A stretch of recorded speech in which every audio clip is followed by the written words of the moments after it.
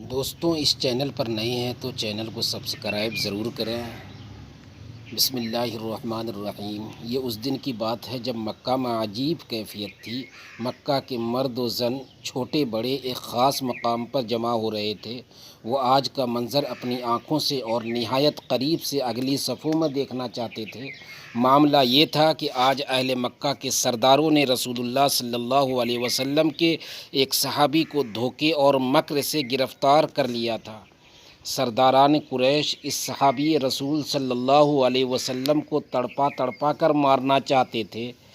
اہل مکہ کو دعوت عام تھی کہ وہ رسول اللہ صلی اللہ علیہ وسلم کے وفادار کی شہادت کا منظر اپنی آنکھوں سے دیکھیں۔ حضرت سعید بن عامر ان ہزاروں میں ایک جوان رانا تھے۔ وہ ابھی اسلام نہیں لائے تھے۔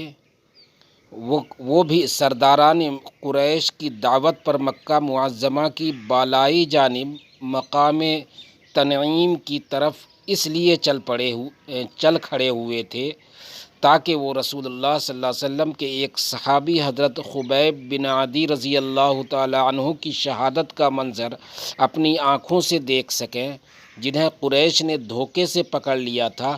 اس کے شباب فراواں اور ابھرتی ہوئی جوانی نے اسے اس قابل بنا دیا تھا کہ وہ لوگوں کے کندھے پھلانگتا ہوا ابو سفیان بن حرب اور صفوان بن امیہ جیسے سرداران قریش کے برابر کھڑا ہو سکے۔ وہاں ان لوگوں کے سوا اور بھی شہسوار عرب موجود تھے جو اگلے صفوں میں بیٹھے ہوئے تھے۔ اس نے اس منظر کا مشاہدہ کیا کہ عورتیں اور بچے اور جوان سب اسے یعنی رسول اللہ صلی اللہ علیہ وسلم کے ساتھی کو موت کی وادی کی طرف بے دریغ ڈھکیل رہے تھے۔ ان کا مقصد یہ تھا کہ وہ اس صحابی رسول کو شہید کر کے آپ صلی اللہ علیہ وسلم سے انتقام لیں اور یوں بدر کے مقتولین کی رسوائی کا بدلہ چکائیں۔ جب یہ ہجوم اپنے اس قیدی کو لے کر اس مقام پر پہنچا جو پہلے سے اس کی شہادت کے لیے متعین تھا، تو اس مرحلے پر طویل القامت نوجوان سعید بن عامر نے حضرت خبیب رضی اللہ تعالی عنہ کی طرف نظر دوڑائی۔ سرداران قریش انہیں کشاں کشاں تختۂ دار کی طرف لے جا رہے تھے۔ اس نے عورتوں اور بچوں کی چیخ و پکار اور شور میں ایک پروقار اور پرسکون آواز سنی۔ حضرت خبیب رضی اللہ تعالی عنہ فرما رہے تھے، اگر تمہارے لیے ممکن ہو تو مجھے مرنے سے پہلے 2 رکعت نماز پڑھنے کی مہلت دو۔ پھر سعید بن عامر نے دیکھا کہ حضرت خبیب رضی اللہ تعالی عنہ کعبہ کے رخ کھڑے ہو کر 2 رکعت نماز پڑھ رہے ہیں۔ یہ 2 رکعتیں کیسی تھیں، اتنی حسین، اتنی مکمل کہ کیا کہنے۔ اس کے بعد اس نے دیکھا کہ قوم کے سرداروں کی طرف منہ کر کے حضرت خبیب رضی اللہ تعالی عنہ یہ کہہ رہے ہیں، بخدا اگر مجھے اس بدگمانی کا اندیشہ نہ ہوتا کہ تم کہیں یہ نہ سمجھ بیٹھو کہ میں نے نماز کو موت کے ڈر سے طوالت دی ہے تو میں نماز میں اور زیادہ وقت صرف کرتا۔ پھر اس نے صنادید قریش کو اپنی آنکھوں سے دیکھا کہ وہ حضرت خبیب رضی اللہ تعالی عنہ کا زندہ حالت میں مسئلہ کاٹ رہے ہیں، یعنی یہ لوگ ان کے جسم کا ایک ایک عضو یکے بعد دیگرے کاٹ رہے ہیں اور کہہ رہے ہیں، کیا تمہیں یہ پسند نہیں کہ تمہاری جگہ محمد صلی اللہ علیہ وسلم ہو اور تم اس تکلیف سے بچ جاؤ۔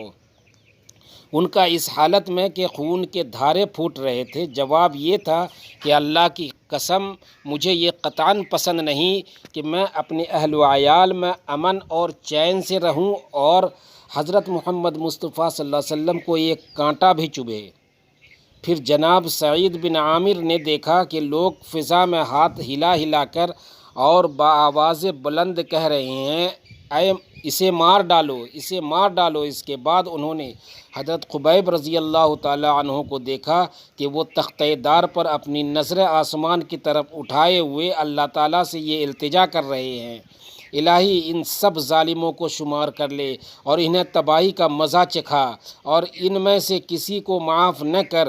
یہ کہہ کر انہوں نے زندگی کی آخری سانس لی۔ یہ وہ لمحہ تھا جب ان کا جسم تلوار اور نیزوں کی ضربات سے چور تھا اور اتنے زخم کھا چکا تھا کہ جن کا شمار نہیں کیا جا سکتا۔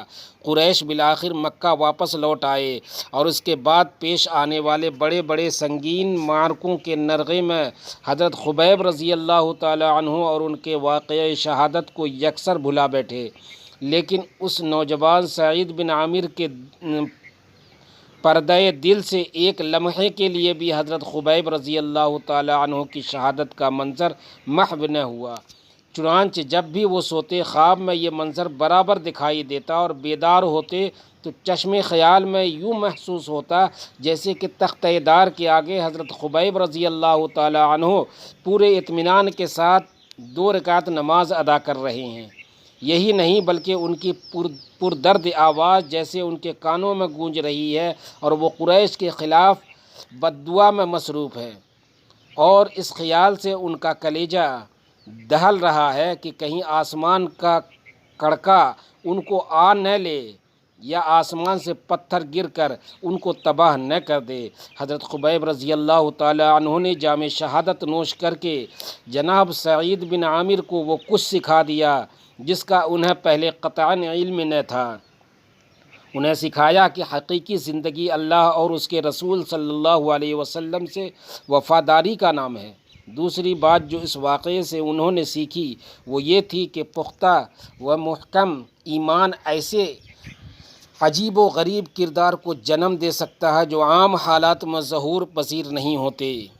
علاوہ ازیں انہیں اس حقیقت کا بھی احساس ہوا کہ وہ شخص جس سے اس کے رفقا اس درجہ محبت رکھتے ہیں کہ اس پر جان نچھاور کر دیں۔ یہ سوچنا تھا کہ اللہ تبارک و تعالیٰ نے سعید بن عامر رضی اللہ تعالی عنہ کا سینہ اسلام کے لیے کھول دیا۔ چنانچہ برسر مجمع یہ اعلان کر دیا، میں بت پرستی کی آلائشوں سے پاک ہو کر اور بے اختیار بتوں سے منہ موڑ کر ایک اللہ کے آگے سر تسلیم خم کرتا ہوں، میں آج سے مسلمان ہوں۔ حضرت سعید بن عامر رضی اللہ تعالی عنہ نے مکہ چھوڑ کر مدینہ منورہ کی جانب ہجرت کی اور رسول اللہ صلی اللہ علیہ وسلم کی رفاقت اور محبت میں رہنے لگے۔ خیبر اور اس کے بعد ہونے والے غزوات میں شرکت کا شرف حاصل کیا۔ جب نبی کریم صلی اللہ علیہ وسلم نے اپنے رب کے جوار رحمت کی طرف کوچ کیا، اس وقت آپ صلی اللہ علیہ وسلم حضرت سعید بن عامر رضی اللہ تعالی عنہ کی خدمات کی وجہ سے خوش تھے۔